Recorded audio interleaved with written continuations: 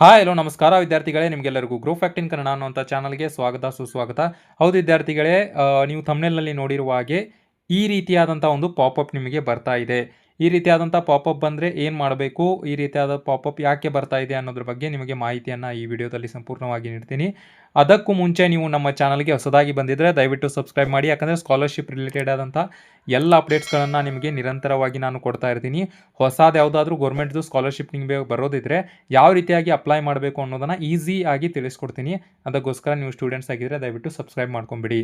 ನೋಡಿ ವಿದ್ಯಾರ್ಥಿಗಳೇ, ಮೊದಲನೇದಾಗಿ ನಾನು ಇಲ್ಲಿ ಒಬ್ಬ ವಿದ್ಯಾರ್ಥಿ ಇದ್ದು ಲಾಗಿನ್ ಆಗಿ ತೋರಿಸ್ತೀನಿ ನೋಡಿ.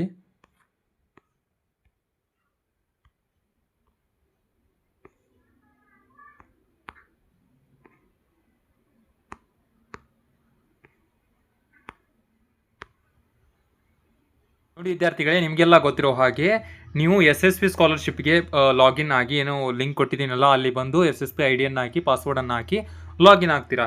ಲಾಗಿನ್ ಆಗಿ ನಂತರ ಇದು ಎರಡನೇ ಸ್ಟೆಪ್ ಬರುತ್ತೆ. ಏನು, are you studying in the university located outside Karnataka no ಅಂತ ಹಾಕ್ತೀರಾ. ಹಾಗೂ ಇದು ಏನು 11th ಅಥವಾ 10th 12ನಲ್ಲಿ ಓದ್ತಾ ಇದ್ದೀರಾ, ಅಥವಾ CBSE ICSEಗೆ ಓದ್ತಾ ಇದ್ದಾರೆ ಅಂದರೆ ನೋ ಅಂತ ಹಾಕ್ತೀರಾ. ಇದು ಈ ವಿದ್ಯಾರ್ಥಿಗೆ ತಕ್ಕಂಗೆ ಹಾಕ್ತಾ ಇದ್ದೀನಿ. ನಿಮ್ಮದು ಯಾವ ರೀತಿಯಾಗಿ ಇನ್ಫಾರ್ಮೇಷನ್ ಇದೆ ಆ ರೀತಿಯಾಗಿ ಇನ್ಫಾರ್ಮೇಷನ್ ಹಾಕಬೇಕು.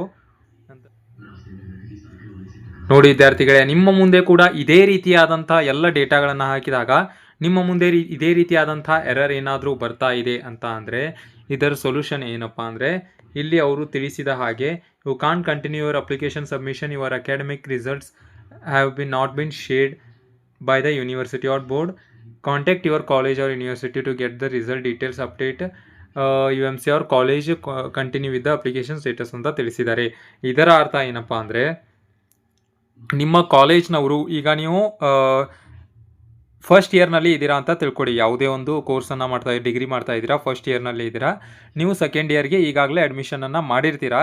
ಆದರೆ ಕಾಲೇಜ್ ಅವರು ನಿಮ್ಮ USN ಅಥವಾ ಏನು ರಿಜಿಸ್ಟರ್ ID ನಂಬರ್ ಇರತ್ತಲ್ಲ, ಆ ನಂಬರ್ಗೆ ನೀವು ಪಾಸ್ ಆಗಿದ್ದೀರಾ ಹಾಗೂ ನೀವು ಮುಂದಿನ ಸೆಮಿಸ್ಟರ್ಗೆ ಓದ್ತಾ ಇದ್ದೀರಾ ಅನ್ನುವಂಥದ್ದನ್ನು ಅಪ್ಡೇಟ್ ಮಾಡಿರೋದಿಲ್ಲ. ಅದಕ್ಕೋಸ್ಕರ ಏನು ಮಾಡಬೇಕು ಅಂದರೆ, ನೀವು ವೇಟ್ ಮಾಡಬೇಕು.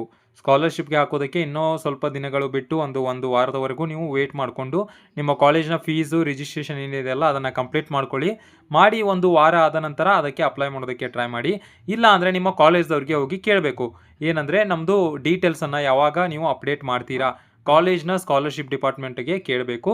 ನಿಮ್ಗೆ ಹೇಳೋದೇನಪ್ಪ ಅಂದರೆ, ಇಲ್ಲಿ ನಿಮ್ಮದು ಯಾವುದೂ ತಪ್ಪಿಲ್ಲ ಹಾಗೂ ಇದು ಎರರ್ ಅಲ್ಲ. ನಿಮ್ಮದು ಸ್ಕಾಲರ್ಶಿಪ್ ಹಾಕೋದಕ್ಕೆ ಬರ್ತಾ ಇಲ್ಲ, ಎರರ್ ಬರ್ತಾ ಇದೆ ಅಂತ ತಿಳಿಸ್ತಾ ಇದ್ರಿ, ಅದು ಯಾವುದೇ ರೀತಿಯಾದಂಥ ಎರರ್ ಅಲ್ಲ. ಕಾಲೇಜ್ ಅವರು ನಿಮ್ಮ ಮಾಹಿತಿಯನ್ನು, ಈ ಡಿಗ್ರಿ ಈ ಕೋರ್ಸನ್ನು ಮಾಡಿದ್ದೀರಾ, ಇಷ್ಟು ಪರ್ಸಂಟೇಜನ್ನು ಮಾಡಿದ್ದೀರಾ ಅಂತ ಎಲ್ಲ ಮಾಹಿತಿ ಇರುತ್ತಲ್ಲ, ಅದನ್ನು ನಿಮ್ಮ USN ಅಥವಾ ಏನು ID ಇರುತ್ತಲ್ಲ, ರಿಜಿಸ್ಟ್ರೇಷನ್ ID, ಆ IDಗೆ ಅವರು ಅಪ್ಡೇಟನ್ನು ಮಾಡ್ತಾರೆ. ಆ ಅಪ್ಡೇಟ್ ಮಾಡಿದ್ದು ಇನ್ನೂ ಮಾಡಿಲ್ಲ, ಅವರು ಇದುವರೆಗೂ ಕೂಡ ಮಾಡಿಲ್ಲ ಅಂತ ಈ ರೀತಿಯಾಗಿ ತೋರಿಸುತ್ತೆ. ಹಾಗೂ ಸ್ಕಾಲರ್ಶಿಪ್ ಹಾಕೋದಕ್ಕೆ ಇದು ಇನ್ನೂವರೆಗೂ ಕೂಡ ಆಗಸ್ಟ್ವರೆಗೂ ಕೂಡ ಟೈಮ್ ಇದೆ. ಅದಕ್ಕೋಸ್ಕರ ನೀವು ಯಾವುದೇ ಟೆನ್ಷನ್ ತೆಗೆದುಕೊಳ್ಬೇಡಿ. ಅವರು ಅಪ್ಡೇಟ್ ಮಾಡಿದ ತಕ್ಷಣ ನೀವು ಅದಕ್ಕೆ ಅಪ್ಲೈ ಮಾಡಿ. ಏನಾದರೂ ಅಪ್ಡೇಟ್ಸ್ ಬಂದರೆ ನಾನು ಖಂಡಿತವಾಗಿ ನಿಮ್ಗೆ ತಿಳಿಸ್ತೀನಿ.